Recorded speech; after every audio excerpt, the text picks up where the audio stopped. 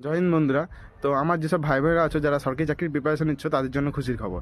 সিআরপিএফের তরফ থেকে সদ্য একটি নতুন ভ্যাকেন্সির কথা জানা গেছে। সেখানে প্রায় ৯,১৭৫টি ড্রাইভার এবং ট্রেডসম্যানের পোস্টের জন্য ভ্যাকেন্সি ছাড়া হয়েছে। তো এটারই কী কী এলিজিবিলিটি আরও কী কী দরকার সেগুলোই তোমাদের বলবো। চলো চলো শুরু করা যাক। তো সবার প্রথমে হচ্ছে অল ইন্ডিয়া মেল ফিমেল উভয় এটার জন্য অ্যাপ্লাই করতে পারবে।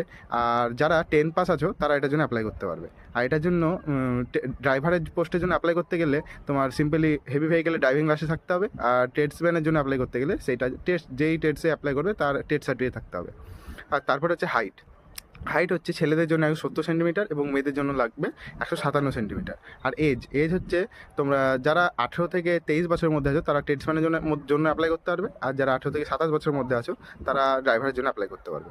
আর তারপরে হচ্ছে আর তাছাড়া ওবিসির জন্য 3 বছর, এসসির জন্য এসসির জন্য 5 বছর ছাড় থাকবে।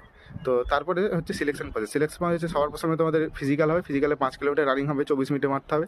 তারপরে তোমাদের হবে রিটেন টেস্টের পর হবে তোমাদের টেট টেস্ট। আর তারপরে ডকুমেন্ট ভেরিফিকেশান, আর সবার শেষ হবে মেডিকেল। এটার মাধ্যমে এটা সিলেকশন প্রসেস শেষ হবে। তো এটা খুব ভালো একটা পোস্ট। তো তোমরা যারা অ্যাপ্লাই করতে চাও তারা অ্যাপ্লাই করে দিও। এটা এখনও ফুল নোটিফিকেশান আউট হয়নি, তো আউট হওয়ার পর বলবো। আর এটার অ্যাপ্লিকেশান ডেট শুরু হচ্ছে 20 এপ্রিল থেকে আর চলবে হচ্ছে 19 মে পর্যন্ত। তো তোমরা যখন শুরু হবে তখন আমি একটা নতুন ভিডিও বানিয়ে দেবো। পারলে ফলো করে নিও। জয় হিন্দ।